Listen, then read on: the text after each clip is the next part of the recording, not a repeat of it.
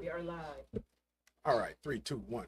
Hey, I'm State Representative Antonio Parkinson. You're watching the Antonio Parkinson Project. And we have interim Memphis Police Chief CJ Davis. We're going to talk about crime. We're going to talk about CJ Davis. And we'll be right back. It's the Antonio Parkinson Project.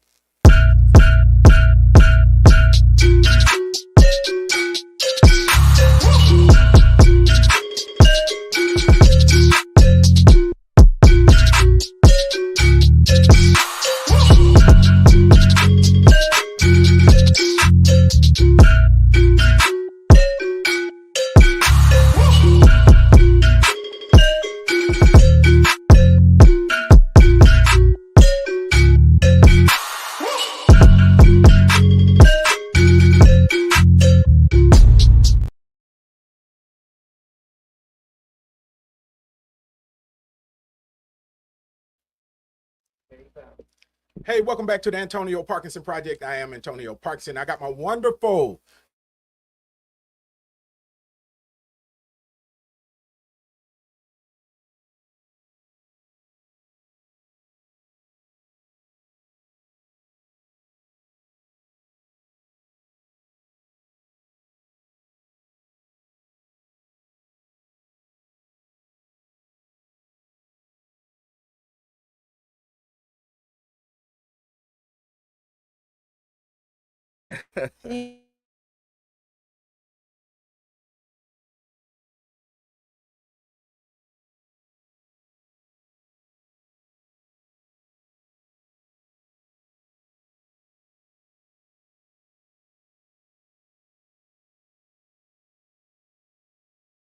Don't call him Mr. Kojak. Now normally she feel like she getting double teamed, but now I guess she got her people in here. Yeah, be balanced now. You know, the chief didn't want to scratch, man. Well,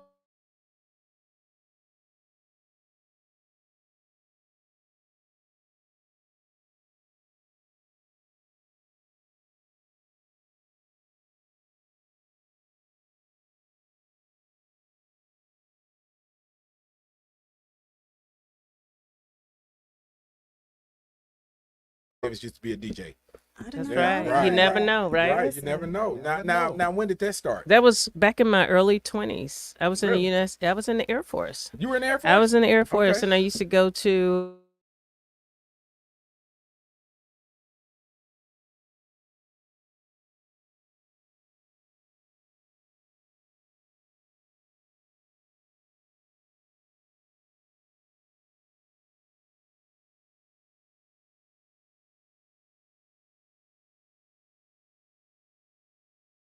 On this.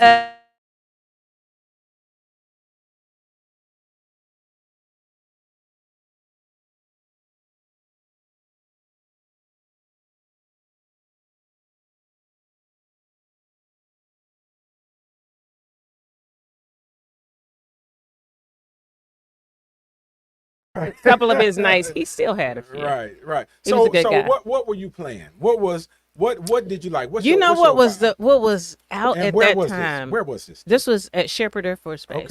Okay. Where In Shepherd again? Texas, Wichita Falls, Okay, Texas. Wichita Falls.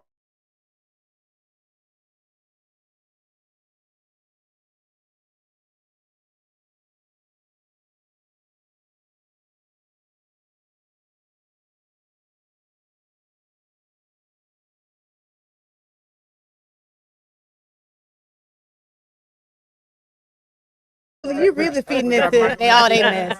yeah. That's awesome. I Yeah. got Michael Look, with you me. put Michael behind you. Right. Yeah, but it was fun. Right. That is what's up now. That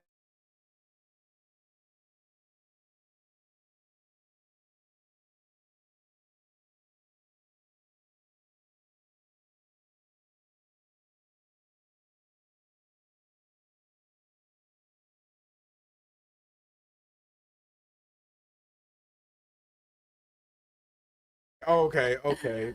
The Oh. chief is here. I am drinking water. Thank you. You had the art. Oh.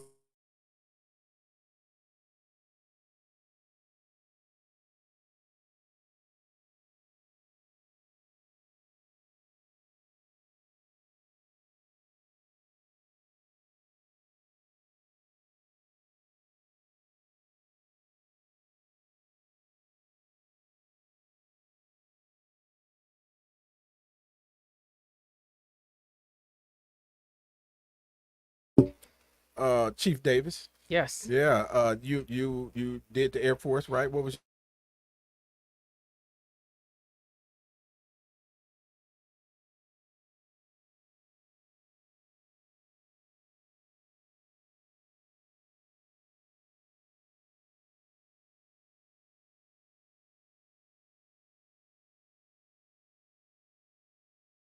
Back to the coming East for you. Coast. The Texas Colts coming for you, So I right? had, well, right. you know, I ended up in the not so, Mm-hmm. exciting places in Texas. Yeah. Wichita Falls, Texas,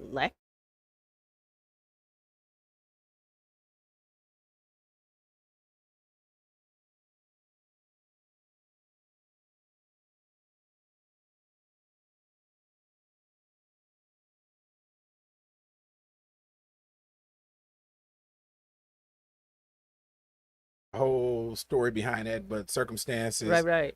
the winds of fate pushed me into the Marine Corps instead, and that's how I ended up in Memphis. Yeah, but Air Wow. Force was I Okay. was set to go. I Yeah. knew it was something about you. Yeah, I was set to go. And so, but where are you originally from? I was born in Fort Bragg, North Carolina. Okay.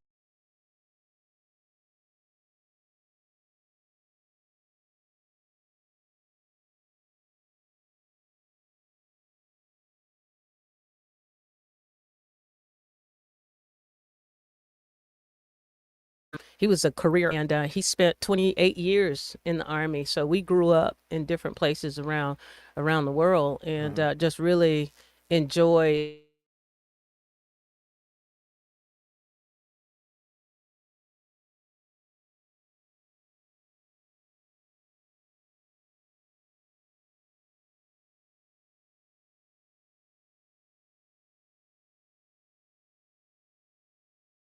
With structure. I grew up with a lot of structure. Grew up I with did. a lot of structure. Yeah. And what did that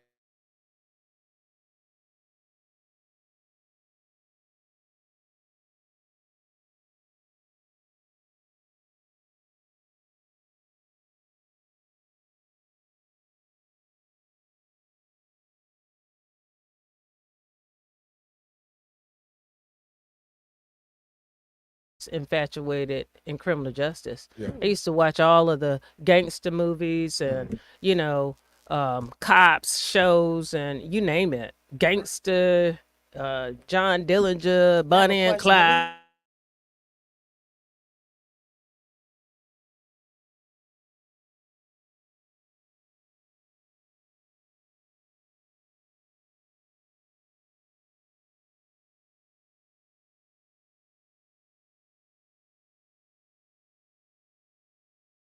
Go watch it. Go watch Paid. I need you to go watch Paid in Full. That's when you A career Army colonel. Mm-hmm. Yeah, he retired in D.C. and he still works for the Department of Justice.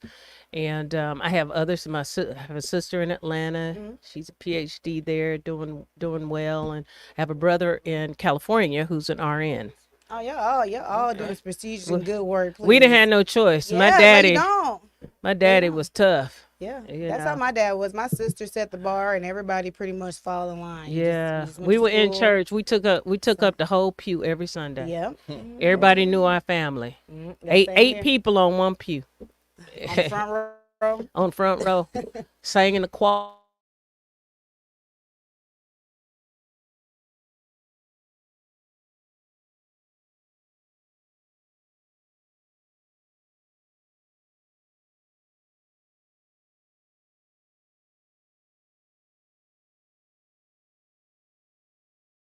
you know why, but don't worry about all I that. hear you. Yeah. What? I'm good at R. Right. An Yeah, R. right. Oh Right. God, I miss. Right. I miss yeah, I can sing. I can sing. I can't sing. Okay. I can. Gotta get Rico on it. Yep. We got a whole studio over here. CJ, you want to get in the studio? I don't think so. Let's do something. You're not gonna trick me. I'm gonna send you off. Don't let I him know. send you off. That'll He be the will. next news story. Right. She was a DJ, now she's singing. Right. We Right. can't let that happen. Right. So structured background. Yeah. Military. Mm-hmm. Now, what are your thoughts on the differences rather, Yeah. that you see in how a lot of us were raised, back in in those days versus what you're seeing now? Well, when you had mom and dad in the house, and my dad was a traditional, family man, and he was one of those people. He didn't even let my mother work at the time. Nowadays, everybody got to work. Yeah. But my father wanted my mother to take care of his 6 kids, and so there was always an adult in the house making sure we were doing what we were supposed to do. My dad's car drove up in the driveway. We were all running around the house trying to make sure everything was tight. Man, That's exactly right.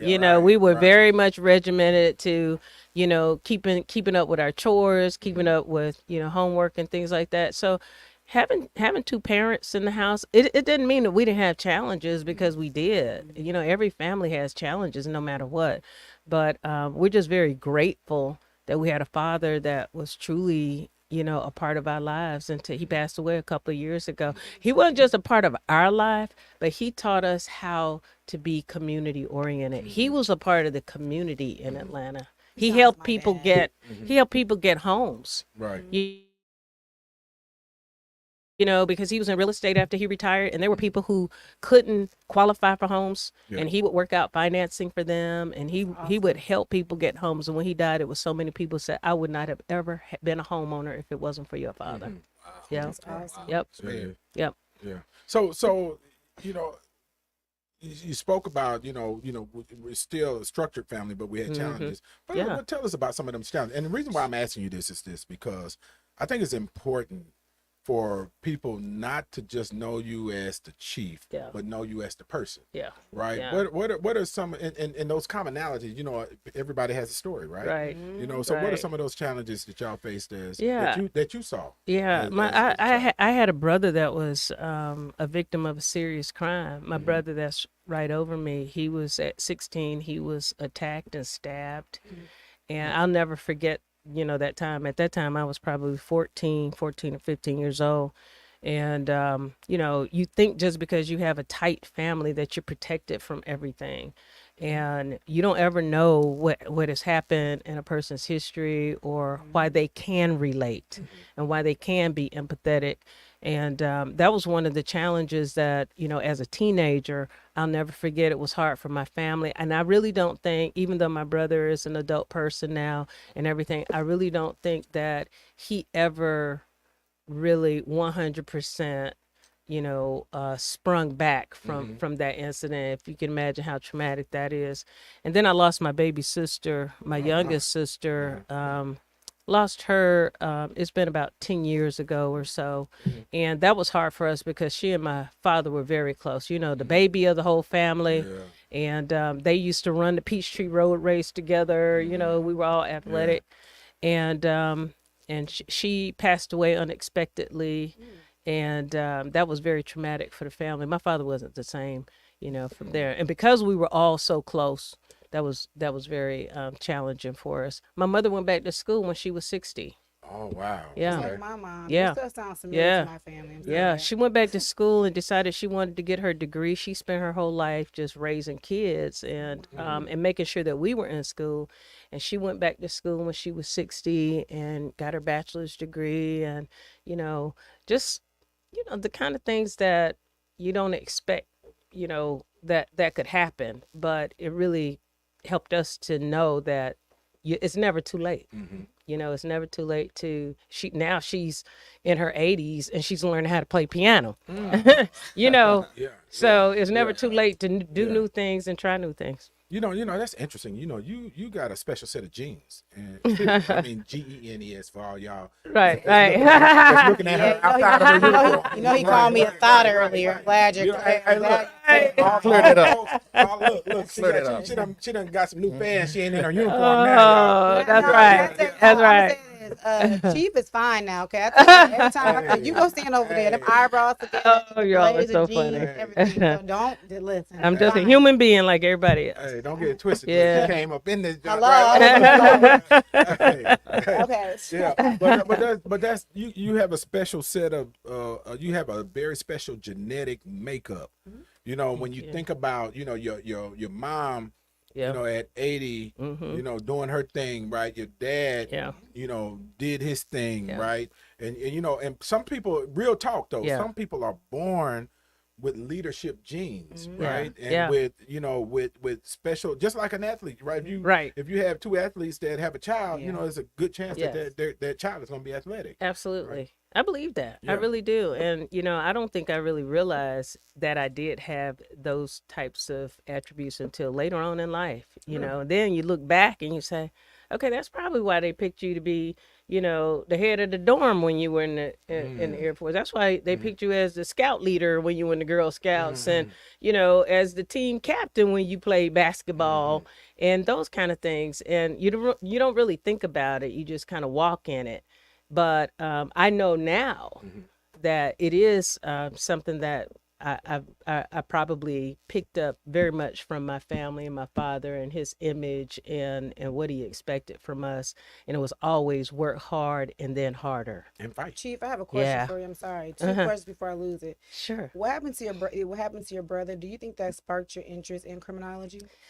I think it did. I think, I was already on the edge because I was sitting on the couch on Saturday mornings watching all these black and white movies, and all of this. My parents thought something was wrong with me. There's something wrong with her. She looking at all these old movies, but, they were interesting to me.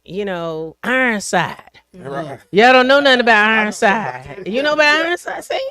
I'm 68. I was born in 68. See, but that's right. Right, So right, when you right. really think about those kinds of shows, I mean, it was really all about criminal justice, a case, and how do we get to the bottom of it.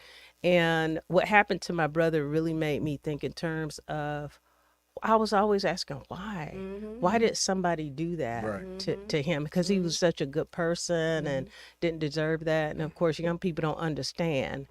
And so I think it did, probably help. Of course, being in a military environment, being in law enforcement is a paramilitary kind of, environment too. And it was an easy fit for me. It really was. I almost went to law school twice, though. I passed the LSAT, started to go to Georgia State University on 2 different occasions. I mean, scored really well. My aunt was a chief judge, and my mother's youngest sister was a chief judge in Atlanta for many, many years. Well known, Barbara Harris. She just passed not too long ago. But she was always challenging me. You need to go to law school. You need to go to law school. And I kept taking the LSAT, and every time I took the test, I got promoted again on my job. I understand that. I kept been there, Yeah. right? And I got promoted again. I said, this law school thing ain't gonna work out. So, yeah. Interestingly enough, when your mom's 80 and she jumped Yes. into something new, so That's maybe law right. school is in the future for you. Yeah. But I do have Indeed. to ask this. Mm-hmm. So you were watching Ironside and all of the criminal investigators. Hawaii Perry 5-0, Mason. Perry Right, Mason, right. the FBI. So I want to know, did the boyfriend stand a chance? So don't answer that yet. We're going to answer that back when we come to I the wanna next ask segment. something, We're too. going to talk about Chief C.J. That's Davis's funny. early boyfriends back in the day with her investigative Mentality. ideas and strategies and who she caught cheating. All right, Uh-oh. we'll be right back. It's the Antonio Parkinson Did she Project. jump in the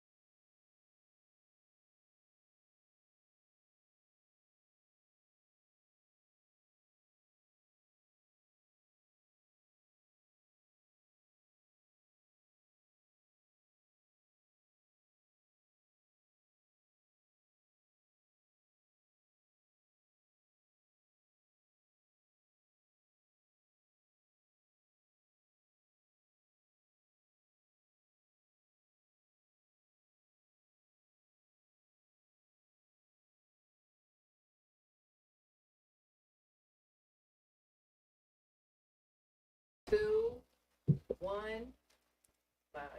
Welcome back to the Antonio Parkinson Project. I am Antonio Parkinson. I'm joined with my wonderful, wonderful co-host, Angelica Jelly Woods. Look at her patting her hair like she's... Yes, I'm sorry, y'all. Chief Davis is dope, inspiring. Okay, we should have been recorded in the back.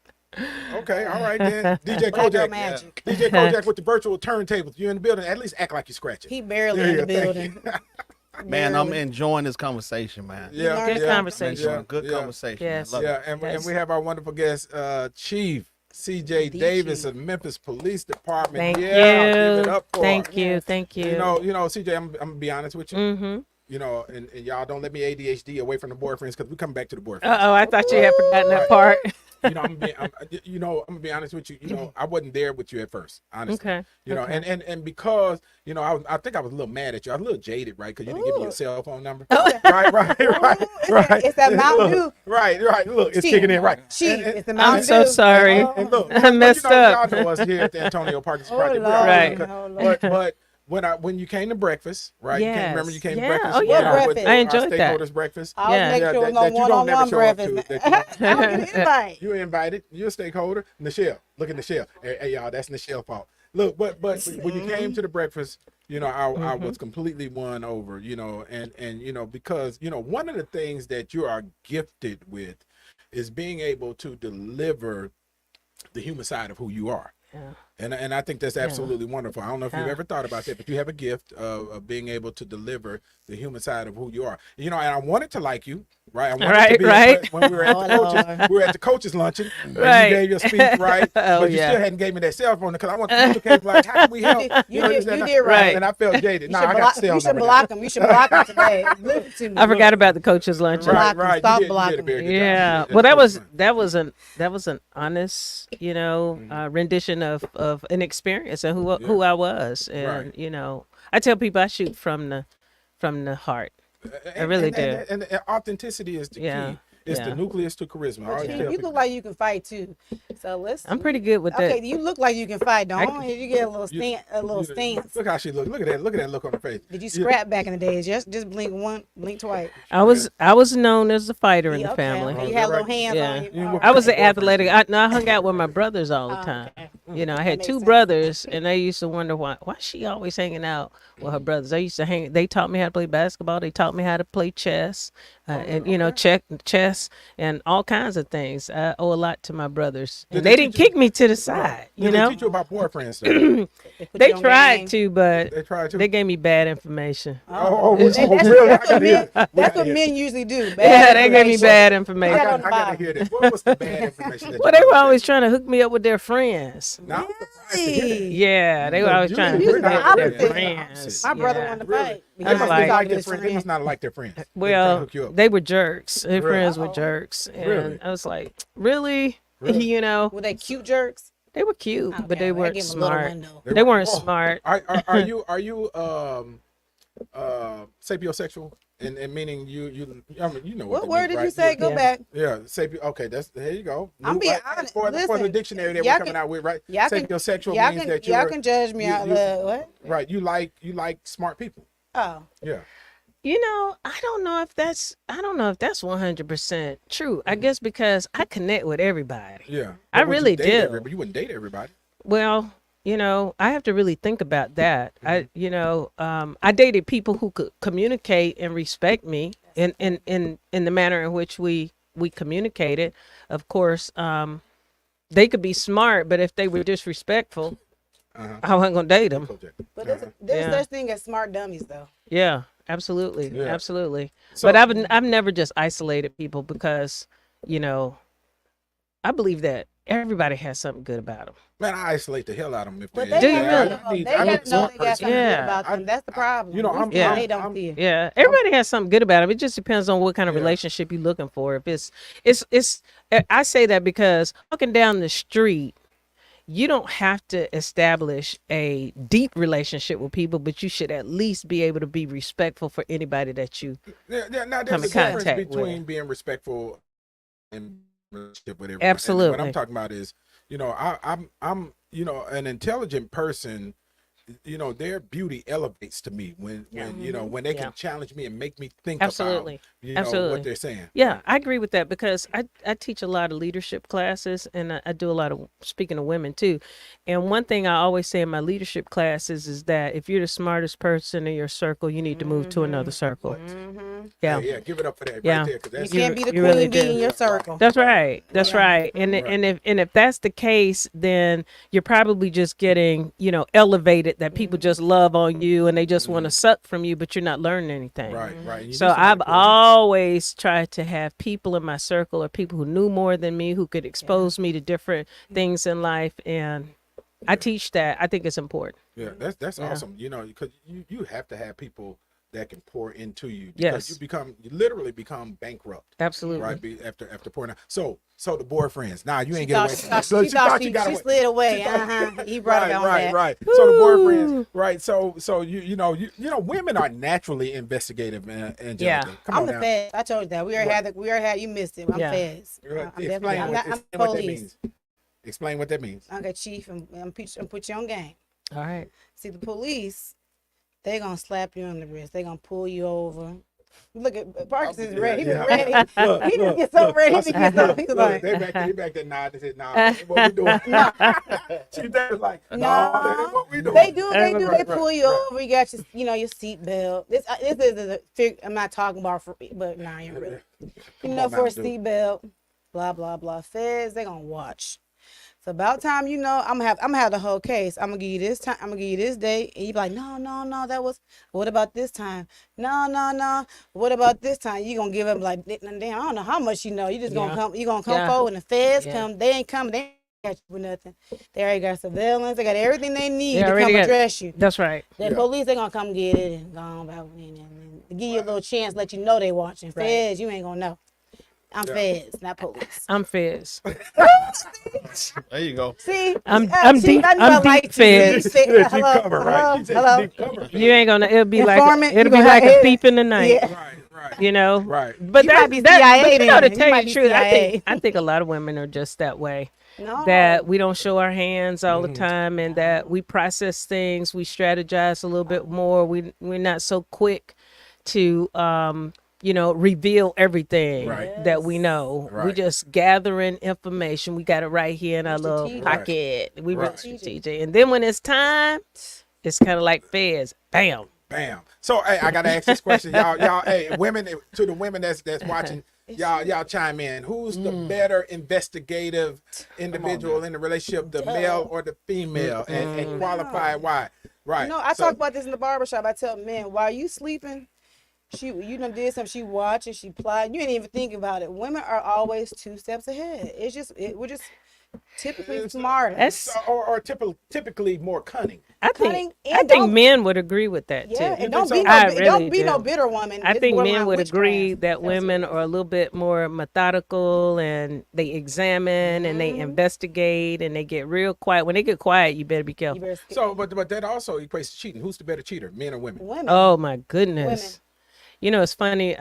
One of my mentors some time ago, she said to me, and this stuck with me. She said, one thing about women, if they ever cheat on anybody, you'd never know about it. Ever. You Don't never say know never about know it. about it. Right. That's Just getting it that's in. what she said to me. And she Your and I was mentor, like, though. she was a mentor. Of course I didn't take her advice on that. I don't know what her mentor is, but if she could be, man. I old thought that school was hustler really boy. funny. Listen. That is Yeah. funny. Uh-huh. We're gonna take it to the grave. Man, Yeah. You know what? Yeah, What you taking to the grave, Angela? I don't cheat. I ain't got no reason to cheat. Right. But back in my days, I mean, when I was dating, I had like Did you 3 cheat, in a relationship, like outside of being married. Kojak? You gotta make it clear because they've been on Did you cheat ever? Did you cheat back in the day in before I was relationships? married. I need you to say before I was before married. you was married. Thank Okay, you. thank 'cause you. I'm sorry. That's what Parkinson. Going I on have record. a clip. Right. She's gonna tell you how she cheat. Going on She'll record. tell you how you cheat in your Next show, relationship. Angelica divorced. Well, again, if, right? well, Right. well, I Right. think if you're not Yeah, married, I there's did. no such thing as cheating. you My better daddy, listen, my speak. daddy told me the same thing. He said, "Listen, you don't owe no man nothing." He said, "So when I did cheat, even though it was fornicating, he didn't condone that. I don't owe him no explanation. He almost spit it out. He can't wait. He can't wait to. Ooh, I don't we owe you got no clips. explanation. You're not my husband. I ain't supposed to be messing with you in the first place. My dad said you don't owe nothing. You take that to your grave. And Right. now my husband, Jesus, gonna tell on you anyways. Now, my boyfriend, I ain't telling you nothing. Angelica, what your dad say? She's a PK. Oh, Right. That's So awesome. yeah. So what your dad say about fornicating when he knew you were fornicating? No, he said you shouldn't fornicate, but he wasn't. He wasn't no fool. He still loved me. He knew that was the case. But no, I shouldn't do it anyways. No. But you was getting it in, getting your fornication in. Yeah, I guess. Look at the blinks. It's the blinks for me, y'all. Yeah. Look, I guess that's what you want to call it. That's a whole nother topic. But okay. Right. Go ahead. That is hilarious. So mentorship, you talk Yeah. about your mentor, telling you, explaining to you that women are better cheaters, right? And so She did. She yeah, said that. Yeah. yeah. It didn't mean a whole lot to me at the time. I was like, okay, what was that really all about? Oh, did you say But that? something Really? At the time, yeah. Y'all got right. But Okay. somebody had to be serious Yeah. on the line. Yeah. DJ Kojak, what your mentor tell you, man? I'm gonna tell you what mine told me after you finish Kojak. He don't remember. Well, actually, Oh Lord. When he starts with we Right. know what this is. Well, my mentor, About relationships though. yeah, Too Short is my mentor. So Too Short said, Too short. See, I told you. Now Too Short gotta be from North Memphis.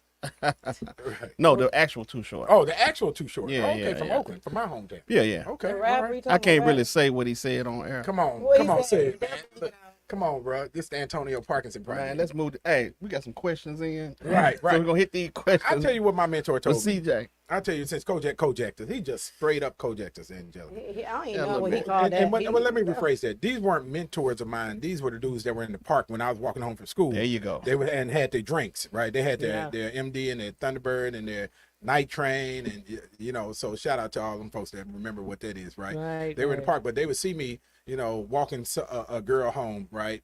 And never fails, man. They call me over there. They'd be, on them grapes, right? On them grapes, right? And they said, young blood, come here, young blood. I'm like, man, what y'all old ass want, right? Young blood. No, look, I seen you, man. You every day you walking the same girl home every day. I'm like, yeah. And he said, I seen you over there begging. And then he demonstrated like this. He's like, I was doing this, and I was cracking up because I was not begging. I was not. That's what they said. But anyway, he said, young blood, just be patient with her. She'll come around. Words to live by, baby. Words to live by. Be patient with her. Be patient with her, Shandell. She'll come around. That's what they said. Yeah, and so I hey, okay, where's the lie? Women, Chief. Well, I think patience means be good to her. It did Yeah, mean that. yeah. Be good, be Be good to her. patient, and because wait her out. That's what he's talking about. That's what he said. Okay. Wait her out. You, Oh, look. you waiting for something else? No, I like the girl, so I was waiting. I, What, a lot of people waited who her like me, out. they just still waiting around. Some are. Yeah, that ain't no Yeah, good advice. yeah. Wait her out. Okay, well, let me Kojak, know what come on, that wait Kojak. is. Help me out here, Kojak. I'm sinking. You Help me out, on your Kojak. own. Help Y'all me should out, have brought Chief Kojak. on here because he ain't. Okay, Kojak, did you wait your wife out? Oh yeah. I waited. Did it you out. wait her out? I waited it out. But you can be patient, man. Yeah, and, gotta be patient. Let You gotta them be get through patient. all of the knuckleheads and Yeah. be done with all of the frivolous. Yeah, it's all about time. My brother, Time. thank you, sir. Thank you, turn sir. the camera now, Right, sir, thank sir, you, sir. sir. You sometimes if she's that valuable Oh, yeah. Absolutely. to you, Yeah. I'm gonna ride this thing out. And guess what? I'm gonna be there as soon as the break is available. Wow. In there. Oh, the young boys ain't doing that. They can't wait, do nothing. Well, this is advice to the young boys then. Hey, put this camera on me. Young boys, y'all wait them out. Be patient. Please. And be Young, nice they and can't be take kind. rejection. You be all kind of Yeah. something's because of that. Let me see.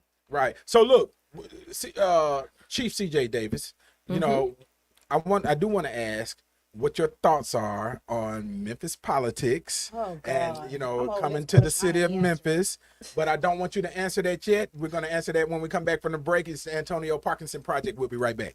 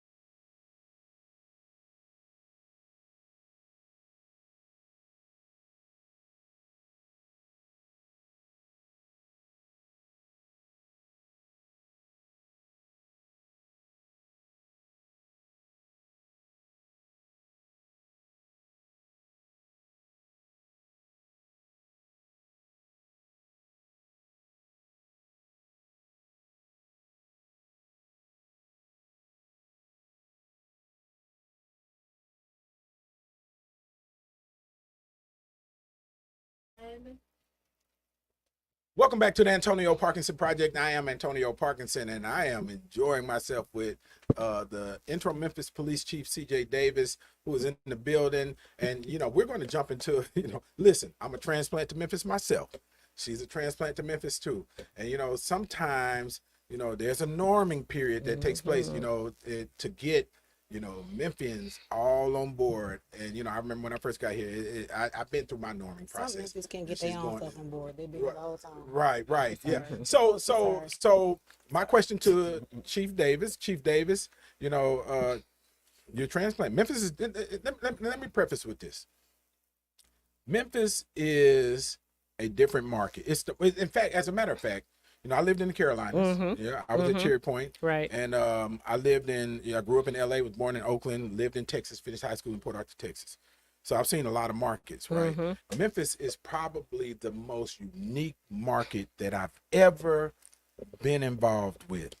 And I would agree. You would agree, right? Yeah. Right.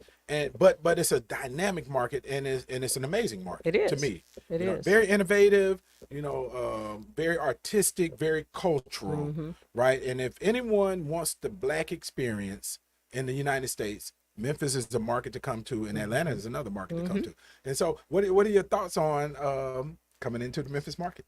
Well, and the politics. Well, I think my attraction to Memphis had a lot to do with me coming from Atlanta. Okay. And I had opportunities to go other places than Memphis. And I really felt like my personal life was really important in wherever I decided to take my next job. Had an offer in Tampa, didn't take that, had an offer up in Baltimore and other places. But Memphis was attractive to me because of coming from a predominantly Black city, rich history and civil rights.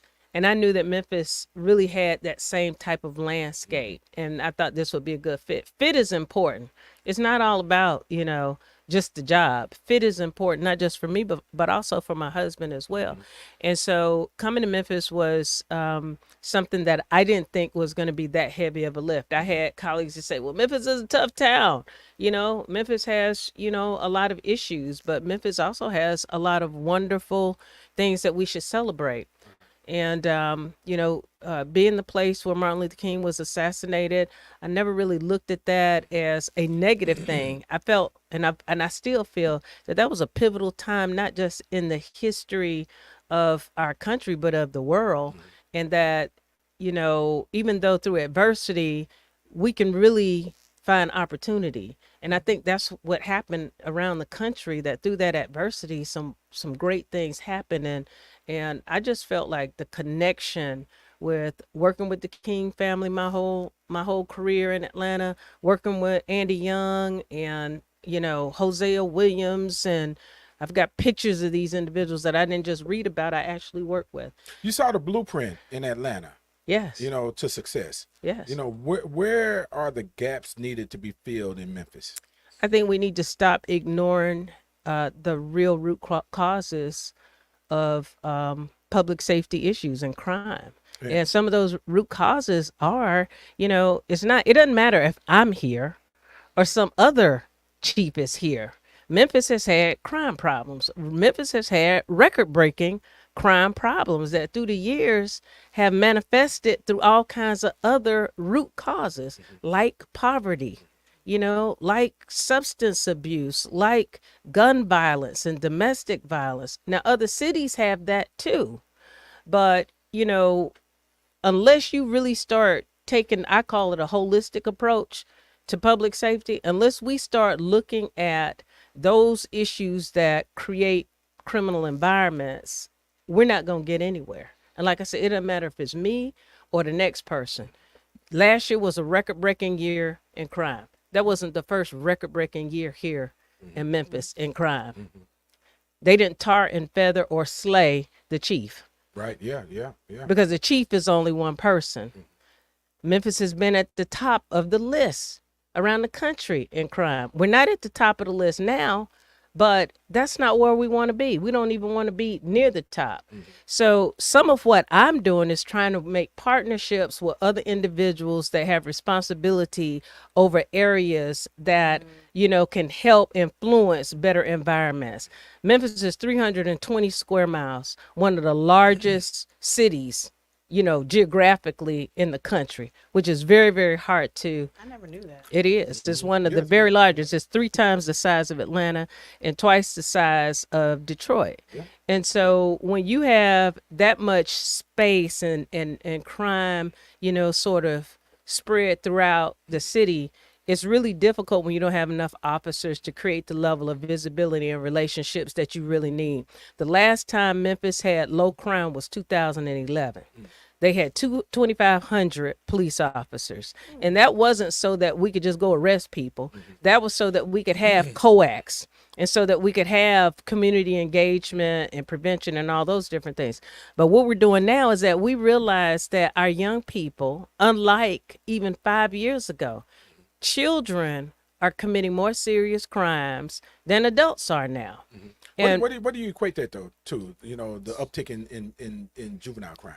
well, I think we have to look at our young people's environment, what's happening at home, what's happening, in their own living environments. Are they successful in school? When you have kids that are not successful in school, then they find alternative things to, they find alternative things to sort of, fill their time, and they're influenced by other people. And so in order for us to get our arms around it, we've got to bring all the stakeholders. Recently, the mayor put together, a team of individuals, and you're part of that team, Right. the Public Safety Task Force. If we really thought that the police department by itself could take care of crime in this city, we would not have had to have 25 people in that room to talk about all of the contributing factors. And until we start looking at it from a holistic standpoint, what are we doing, in our schools to try to catch our young people when they start going awry? And I'm not talking about when they get 15 and 16. It has to be when they're 10, 11, and 12. When I have young people that we pick up who have recently broken into a school and they're looking to get bread and cheese, that's something to really think about. Yeah. They're not stealing computers. They're stealing food Yeah. and sodas and things like that. And that doesn't happen just once or twice. That happens quite regularly. So you have to ask, what is happening in their homes right now? Chief, I was homeless 3 times before the age of 17. Right. And I'll tell I try to explain this in Nashville at the state capitol to those that have not had, to be in survival mode before. And I'm not making excuses for anyone. Right. But what I am saying is in the time when I was homeless, I stole.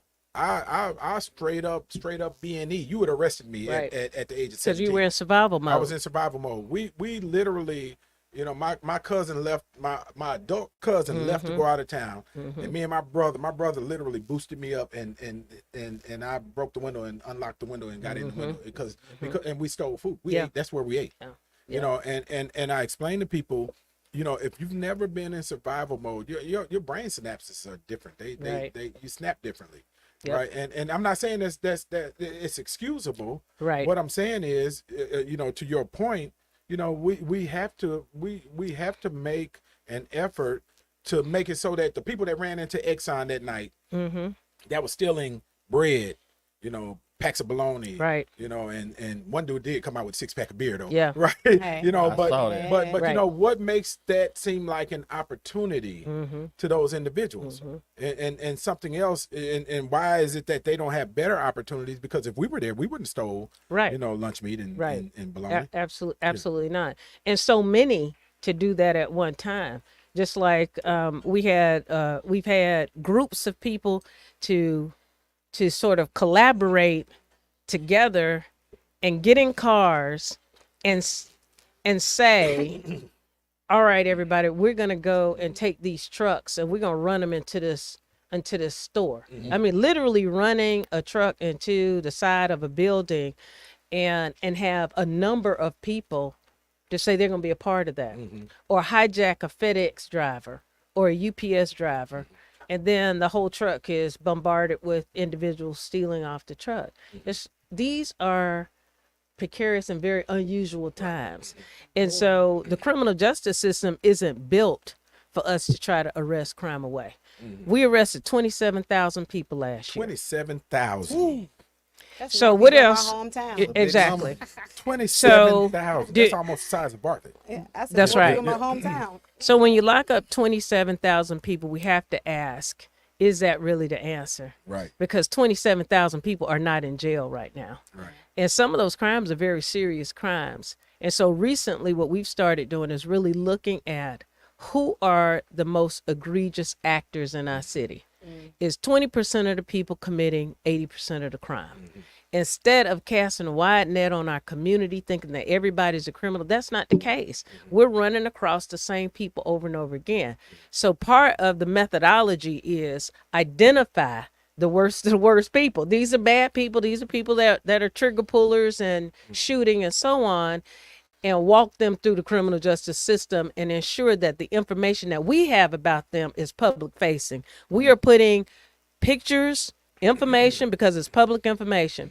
If you see one of your neighbors whose picture is on our website, that means he's on our radar. This is somebody who's committed 30 crimes in the last 6 months and is terrorizing our community, and the Memphis Police Department is looking for him. So to that point too, though, and I need you. I want to repeat that number you said. 20% is committing 80%. 80% of the crime. Right. I think that's important to know. Yeah. 20% of the people are committing. And that 80% number of the might crime. even be smaller than They're that. not gonna report Right. that. Yeah. Yeah. But that's important to note. It's a small number. And that's important to note Yes. because they're also, and I think there is a responsibility that's due on the part of our media agencies, Yeah, they're not gonna right? report That that. make them the They're not- loudest, they're not right? gonna And report that. and I'm in media, Yeah. but too, we all have a part to play, Right. in Right. changing the narrative of what the city of Memphis looks like Yes. to other people, Absolutely. right? But you think about that. Let's do the math, right? 20% are committing 80% of the crime, so that means that we know the one or two houses in each neighborhood, as those of us that are citizens, where the gunshots happen, Yep. where the fights happen, Yep. where the trapping is happening, Yep. right? Yes. But we have gotten to a point to where we have become accepting of that as the Normalized. norm, and Yes. that is not That's right. acceptable. That's right. It's not acceptable. And there are ways to report individuals without your identity being exposed. And if it weren't for some of our engaged citizens providing information, because quite frankly, community members are tired. They don't care anymore. They don't care anymore about the snitches get stitches. They want it to stop.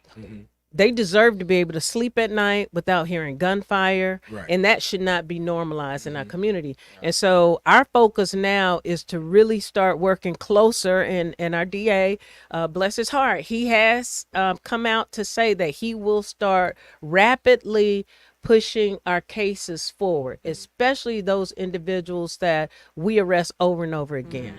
Our officers know some of our violators by name. I mean, just, that's so and so again. I've gotten to know first names now.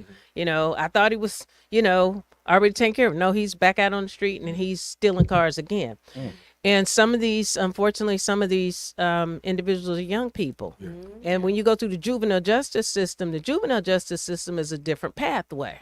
And it's not as easy to resolve those kind of cases because there are mandates. And Judge Sugarman is working really closely with us to ensure that we find the appropriate path for young people. But when young people are violent, we had an incident this morning, 3 young people, 2 of them high school students, sleep in a car, mask on, guns in their laps, and a shooting happened between the Memphis Police Department and these young individuals. And you have to ask, you sleep in a car in the middle of an intersection.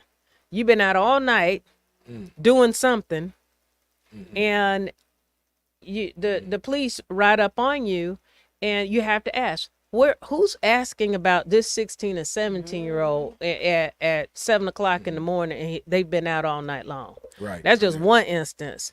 And so as we have more and more young people that are involved, we need other help organizations. We need our churches. We need other people, especially community members that know individuals that are committing crimes, to give us that information, because who's going to be the next victim? Right. Yeah. And That's what it's all about. But part of the problem, and I don't mind saying, part of the problem is the state.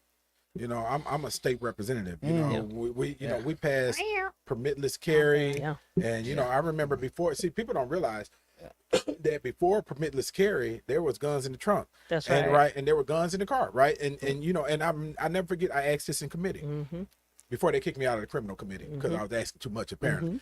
But you know, I said, so if an individual has a mask on his head, has his weapon in his lap, his guns in his lap, and is sitting in front of the bank with his other folks in the car with him. I remember at one point, the only thing that law enforcement could do was pull up and take the bullets out of the gun. Yeah. And give them their gun back. And You remember that? Remember that? Oh, wow. And I was like, how How we get here? No, that was my question. My question was, how fucking idiotic is this? Yeah. Right? Yeah. That's the dumbest shit I've ever heard in my life, right? And then they kicked me off the criminal committee, so I wouldn't be able to do it, right. So, but part of it is state. That permitless carry. That permitless carry really hurt us. Every law enforcement agency in the state of Tennessee came out against permitless carry. And I'm not trying to make this partisan, but everybody before that was, support the blue. During George Floyd, is we support the blue. But as soon as they wanted guns in everybody's hands, what about the blue? Right? And, you know, and how do you know who's the good guy? Who's the good guy? That's it. In a situation. That's it. And so when we get calls from community members and they call the police department and they say there's a guy walking down the street with a gun, you know, that used to be something that we responded to and were able to address. Now that is not an illegal act, but it the is. Guy in Midtown with the big AR. Did you remember that? It Yes. went viral. He Yes. was walking. I was in part of lockdown. Yeah. And they locked down that area. He was just clean. He was just walking with his gun and could. It was like an AR. Yeah. But it gives everybody the impression that we're in a lawless environment. Well, we are. You know, and there are no laws that really restrain people from being able to easily commit crimes. Right. I mean, You know? I told them in when we were doing permitless carry, when we were debating permitless carry, I said, y'all taking us back to the Wild Wild West. And that's exactly what they've done. And you know, it was interesting. What's interesting is that when you look at, you know, the robbery of the FedEx trucks and the Amazon trucks, that's the same thing as the stagecoaches back in the day. That's right. Right. So we have gone back to That's absolutely the right. Wild Wild West days, right? Robbing of the trains, right? Same thing we used to watch on the westerns. Yeah. Right. It's no different, you know. But for you, and first of all, you know, we applaud. We here at the Antonio Parkinson Project, we give you your kudos, you know, thank for you. even considering this profession, because I tell people, and I did 25 years on the fire department, right? Okay. And Awesome. and you know, I don't know many people that would run into. I used to love running into a burning building. I'm crazy, crazy like that. But I would not do your job. Yeah. I would not do your job, and you have to be built for it. Yeah. So Well, you do. You have to be built for it. You got to block out the noise, because people really don't understand my job. They really don't. And they don't understand that running a police department is a business, and you have to run it like a business. And the business is that I have to make sure that my employees and that my operation is running in a way that we can deliver the level of service to the community that the community expects.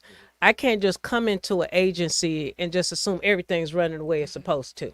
So I've had to spend my time over the last 2 years really taking a deep dive to make sure that we had supervisors where we needed to have them. Our policies are what they need to be. We need to make sure that we have the appropriate training. This has been really immersed time for me in the department so that we can start providing the product that the community wants. It didn't help that we had permitless carry when I got here, and now we've got a plethora of guns all over the place, and it doesn't help when the children had the guns. Right. Because now you got a grown police officer and a child, and everybody's really trying to decide how are we supposed to handle this situation. So it's very, very complex. It's easy but I would invite anybody to come and, ride with me sometimes so you can see exactly what this job entails. And I don't know a chief in the country that could wrap their arms, and completely just, wave a wand and make the will of people in the community change without us dealing with those other contributing factors. When they talk about ACEs, adverse childhood experiences that contribute to the environment that we have, and that there are other people that need to be a part of this work. We're the reactive part. Like I said, 27,000 people. What do you want to do? Keep locking up folks? Right. And they right back out on the street. Right. You got the same thing over and over again. It's a vicious cycle, and that's not going to work here in Memphis. I say there's two things that stick out to me. It's people, we want help instead of being the help. And you're not a savior. You can't come and save her. You're not Jesus. I mean, you can't say, it's not like like you said, imagine you're not a savior. No, and people, if we want help, we got to learn how to be the help. And if everybody's kind of do their part, like I said, I was joking behind the scenes. We need to get your cousin campaign. Everybody, let's gather our little cousins, because a lot of times we know who in the family committing the crimes. Yeah. But it's an exception when he on the other side and he not the victim. Right. But let it be flipped on the other side, then we rest in peace, Pookie. You know what I mean? It's a whole nother. We got T-shirts on. Yeah, then it's different. Right. So I think we should implement that. Get your cousin campaign. Get your cousin campaign. I think we should. I'm joking, y'all. I'm just joking. But believe it or not, over the last, I would say 6 months or so, it never gets projected on the news, but our department has put together a strategy, crime fighting strategy, where we have had reductions over the last 7 months, continuous reductions of crime. In what areas, Awesome. All 9 precincts. though? In what areas, though, of crime, though? What So crimes? we mostly violent crime okay. and property crimes. I don't we think have people seen know significant, that, Yeah. and we put it out all the time. Yeah, right, I but know see, that. but see, Yeah. the media is not. That's what I'm saying. If you and not to interrupt you, but I think it's important to note that if you were in a household where you're getting bombarded with negative, That's right. verbal comments or information every single day, and I'll give you an example. One of our television stations, and I might not get any more news coverage after this, but one of our television stations, starts their news coverage at 5 a.m. in the morning, right? And they do in block 1, kill, right? Then go to commercial, and then come back, kill, carjacking or train theft, and then go to weather. And then, so that's 5 in the morning. The next newscast is 6. The next one is 7, 8, 9. Then you go to the noon newscast. Then you go to the 5 and 6. Then you go to the 9 and 10. I don't know how many times that was, right? But if you're getting that every single day, just imagine the PTSD that you're developing. Yeah. From getting bombarded with that information, but none saying that crime is going down. That's right. And I have the stats. I presented them yesterday at the Crime Commission, and we plan to start producing our own sort of a city television That's station. so good. Because information, our community needs to know information. They need to know when there are upticks in crimes, certain types of crimes. We want to be able to let them know that. But sometimes that information can get distorted. It can get spun a different way, and community members need to know accurate information about the status of their community. And so we plan to start putting that out, and our officers need to hear that people know that they've done a good job getting crime down. So as they're working, people are thinking, well, crime is just so bad and you all aren't making any progress. Well, they're making a lot of progress. The story just isn't being told. That's not And good so- viewership numbers. But Right. that's then that is and I don't want to use the word indictment because it's a bit strong, but that is one of them constructive areas that you plan to work on then, right? Absolutely. Right. Absolutely. Do because, our own communications. right, because Yeah. you look at when the George Floyd situation happened, Tyree Nichols situation happened, and I always tell people, right, this is honestly, and I do believe this is a very small, I mean, very small percentage of people that wear the uniform, because those people that's It wearing the is. uniforms are our cousins and, Yeah. and aunties Yeah. and folks we grew up with, and we know them that's not who they are, Right. and so how has that affected your ability to serve? It hasn't. I still get up every day and am very committed to doing the work. Because I know what we can accomplish. I've never been one of those people to take on the job and say, and day one, woe is me, we're not going to be able to win anything here. We can win. And Memphis has a lot of potential. And if we mobilize people and give them hope that things can change, and just by, me speaking in terms of us seeing crime go down, that tells us that we're moving in the right direction. And we need to give people hope that because we're moving in the right direction is because we've got community members that are helping us too. Right. And Kojak, we're going to come your question, but yeah, go ahead and ask your question, because I want to follow Well, up with pretty that. much, she touched on a lot of it. Yeah, she done. But our listeners are chiming in, and we want to make sure we answer their questions. Please So go over.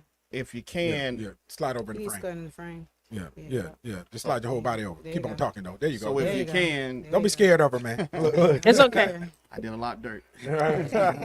No. On a serious note, if you can, what the question is, what's the plan? Like I said, you touched on a lot of it, but if you can look right into this camera here, Okay. because that's where they're at, right here. Okay. And you can let them know your plan on how to get some of this crime down. You already touched on some of it, but just So elaborate. I touched on some of it. We have a huge strategic plan. Our strategic plan, and that's the reason why some of the crime is going down. We rolled out the strategic plan last summer. It doesn't happen overnight. So what we did is we identified every precinct that has specific types of crimes. Appling Farms has more retail crime and car thefts. Austin P has more shootings and sometimes drug crimes. Rain Station has a combination of everything. So as we go into these sessions with all of my commanders, we sit down and we completely do a deep dive on every precinct. What is your problem, and what are the initiatives that you plan to do to correct those problems? So we come up with what that means. Does it mean more visibility? Does it mean bringing more resources? Does it mean ensuring that we have motor officers out there writing tickets where people are drag racing and doing all these other things? So the plan itself is not a 10-minute plan. It's not something that I can tell you. It is very, very in-depth. It's very meticulous, and it's specific to every area of the city. That's why we call it being in the green. Every precinct right now is in the green because of that plan. What does that mean though? What does that mean? It means that every precinct has significant reductions compared to the year before. Based on goals. Based on goals. Right. And Absolutely. what is that reduction percentage that you look It's different percentages Okay. in different precincts.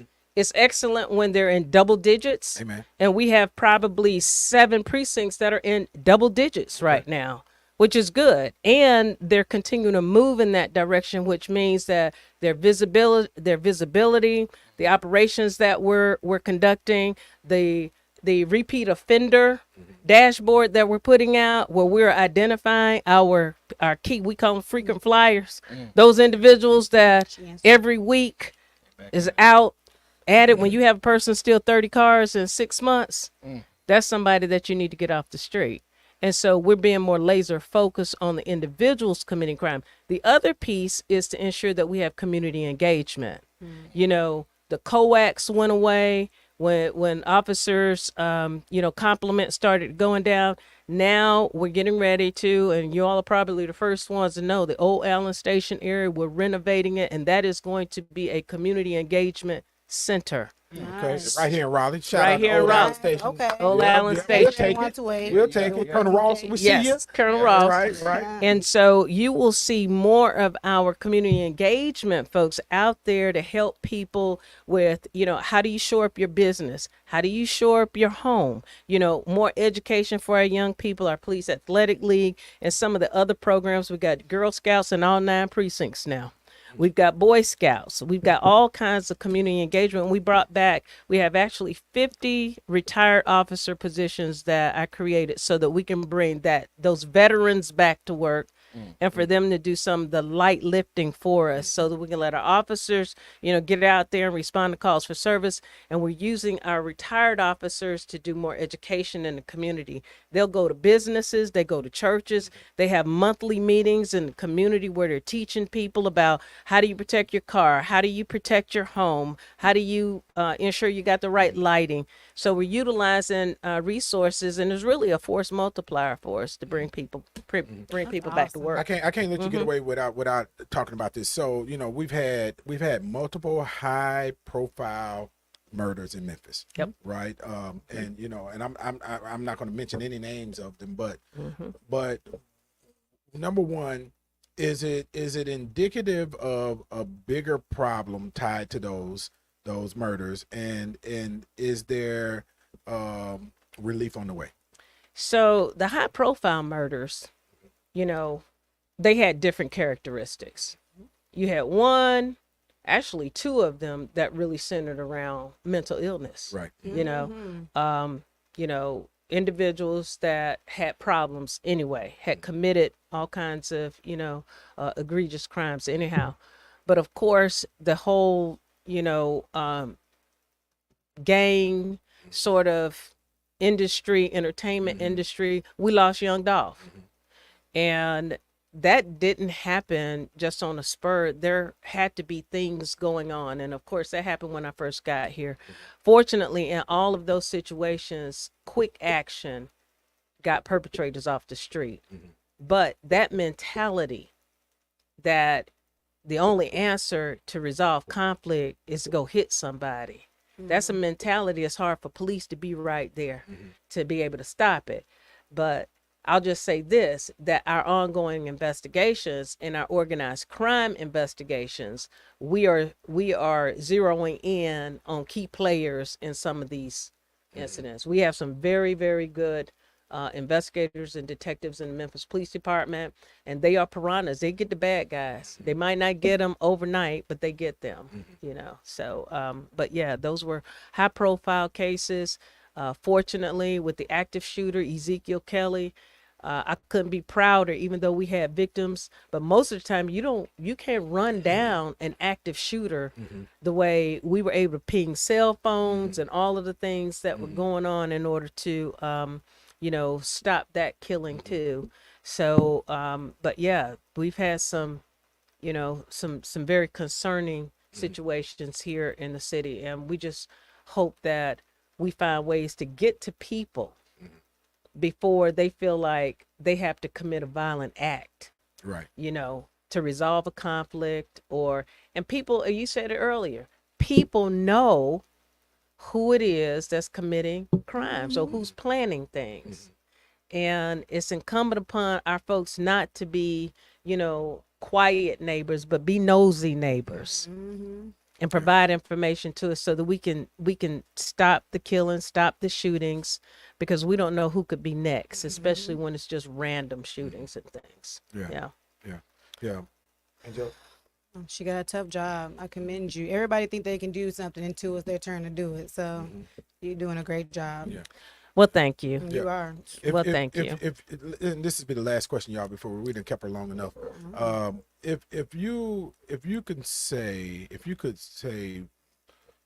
what is it that you need from, the city to ensure your success, from the state to ensure your success, and from the people to ensure your success? And when I say your success, that means the city's success. The city's success, Right. because it really is about the city. The chief law enforcement officer in the city of Memphis. I think we need to change some legislation. And I'm just going to say permitless carry. I don't care if they just donut us out of it. you know, because it has had a different effect in Memphis than it has in other, you know, parts of the state. I would also say that the entire criminal justice system, we all should be I'm constantly looking at my department to see what we can do better. Everybody should be looking at what their responsibility is to see what they can do better in their respective area, because we have to coexist. We like one ecosystem. And if one part of the ecosystem isn't working, then we got problems. And people see crime over and over again. Well, guess what? It's the same guy over and over again. And so until we can stop that guy, then we're gonna have crime over and over again. It's as simple as that. And we just can't think that the police department can lock up 27,000 people and they're gone away someplace and that solves the problem. It doesn't. So it has to be some preventive, some intervention kinds of things, and of course enforcement. Okay. Yeah. All right. Angelica? I have nothing to say. I She's- never seen that. Listen, Right. 'cause my mind on something else. Right. But you have a plan, and you need other people help to get the plan done. I told you, people think saviors. Like, no, she's not a savior. She needs your help. Right. And you know, Absolutely. law enforcement is after the fact. And It reality, is. It's after somebody has become victimized. Absolutely. Yeah, Absolutely. yeah. And so, Absolutely. yeah. We do some preventive things, Right. but it's really the community as a whole that has to help with prevention too. Right. Yeah. All right. Kojak. Well, Don't Kojak. well, Chief no, Kojak. Don't. Mr. Kojak. Oh, Kojak, let me ask this. Kojak, On a scoot serious over. note, on a Scoot serious over. note, Scoot let me over ask there. this. Scoot Let me get over in your shot. Am Get in I the in the shot. shot? Am I in the You ain't shot? got to turn, Kojak. Just scoot God, over. So, you got him nervous. Look, then he always looking He at the might camera, pull right? up his That's what we background have because to he do done with scooted Kojak all the way to the every door. time, Kojak. So what the streets are saying? What the streets are not the saying? streets. Yeah, the streets. Okay, oh, the The streets. streets are Okay. saying I mean, we can't do the same thing that we've been doing. So what's different from when you came in? I know you came in, and anytime you come into a job, it's pretty much structured, like you said, it's the way it's going. What's different that you're doing, what you plan on doing to shake things up? Well, That's a well, good question. yeah. One of them is making sure that everybody that comes to work every day is working, True. Ooh, don't do. and Almost said and that's important. It is. That's important. is. You know, we have to have a police department where everybody's doing their part. You know, if I got horses, I want to see them riding. If I got motorcycles, I want to see them rolling. You know, and they are doing that now, and I appreciate that, and they've been agile to that. But the other piece is that we've got to make sure that we stay laser focused on people who commit crimes as opposed to just responding to calls for service. You know, we talked about that after the fact thing. You know, why am I keep running after that guy over and over again and just treating it like, oh, that's just another call, just another call. I need to neutralize that guy. I need to put him in a system, put his space out there, and follow him until we get him to a place that we have stopped him from committing crimes. So it is more of a laser focused approach instead of doing the same things. Like you said, we can't keep doing the same things and expect it to. But that's not just for us, the police department. The community can't keep doing the same Hello. things. To hello. You know, other entities cannot keep doing the same things and expect a different result. So we all have to change and do something different. You know, one of the biggest things, not to answer your question, that you are doing different is the Ring cameras. Yes. Hello, and I Yes. don't want to hear nobody excuses, blah, blah, blah, blah, blah. Yeah. Half of y'all probably haven't even registered, which I know the numbers Yeah. are up, but half of us got Ring cameras, and you don't even have them registered to your house or let the police know, because you're probably scared they're going to look at something you doing sideways. Angelica, And- they're coming after you, Angelica. Okay, They're it's coming true, after you. but you want to But Ring complain. just- Well, out and today. really, they No, came out. They canceled it. Yeah, they Why? Yeah. yeah they came out with, and we're looking at it because what we don't want is we don't want access to your camera. I know, only We for crime. what we want is if something happened on your street at 2:00 in the morning, we just want you to look at your camera to see if you see a car or whatever and allow us to look at Yeah. it. Ring can't stop us from looking Yeah. at your footage. Yeah. Right. So what we're doing, when we arrested a gentleman last year, he had assaulted or accosted 3 young girls. One of them he raped. And if it weren't for the fact that we had 88 Ring cameras in that community, Hello, yeah. some of them were Ring and some of them were other cameras. They don't have to just be a Ring camera, it's whatever kind of camera. If it wasn't for those 88, all 88 of those cameras provided a piece of information for us Yeah. to find him and be able to arrest him. And those girls identified him 100%. If we didn't have that camera footage, we never would have found him. That's how we can do our part, though. That's how you do your Yeah, part. it's simple. We And y'all got a were doing the predator work, off too. the street. Yeah. And y'all were doing the work too. We were doing the 'cause work. It takes an effort to Yeah. go. get That's right. 88 different shots of a That's Ring right. camera. Yeah. That's right. Yeah. That's That's right. the That's how police she see Yeah. the cheating back in the days, acting up. She putting all that work in place. It's Right. not nothing business on here. I'm playing. I'm joking. And so, Chief Davis, we greatly appreciate you. Thank you. being here. Yes, you know, yes, yes, Thank you. yes. And honestly, what we wanted to get out of this, at the Antonio Parkinson Project is for people to see who is she outside of the uniform? Yeah. What makes her tick? What makes makes her? Well, move? I didn't go to Martin Luther King. I didn't go to Central, and I didn't go to Melrose. Okay. Right. You know, Right. I'm sorry, Right. but I'm a good person, and I mean well. Right. Because here it's all about what high school you went I to. know, right? Even when I get here, what high school you go Right. to? I know. What church you go to? No way. I know. Good Lord. Right. That's how they know. Well, Who high knows? school. Maybe I would have got more grace if I went to one of those. Right. You know? Hey, Memphis is Memphis, though. I know Memphis be it. Memphis. I know it. Yeah. Right. Yeah. I know yeah. it. Yeah, but we It's- love it though, and we're thankful for you. I'm We're- grateful. we're Thank you truly so thankful much. that you're here. Definitely. And, Thank and you. Wish you all the best. Y'all give Thank it up you. for Chief Davis. Thank and y'all. Antonio Parkinson Appreciate Project. it. Woo, woo, woo. Thank And, you. I'm sorry, guys. When she did announce that she was married, y'all, y'all, right, y'all know, wong.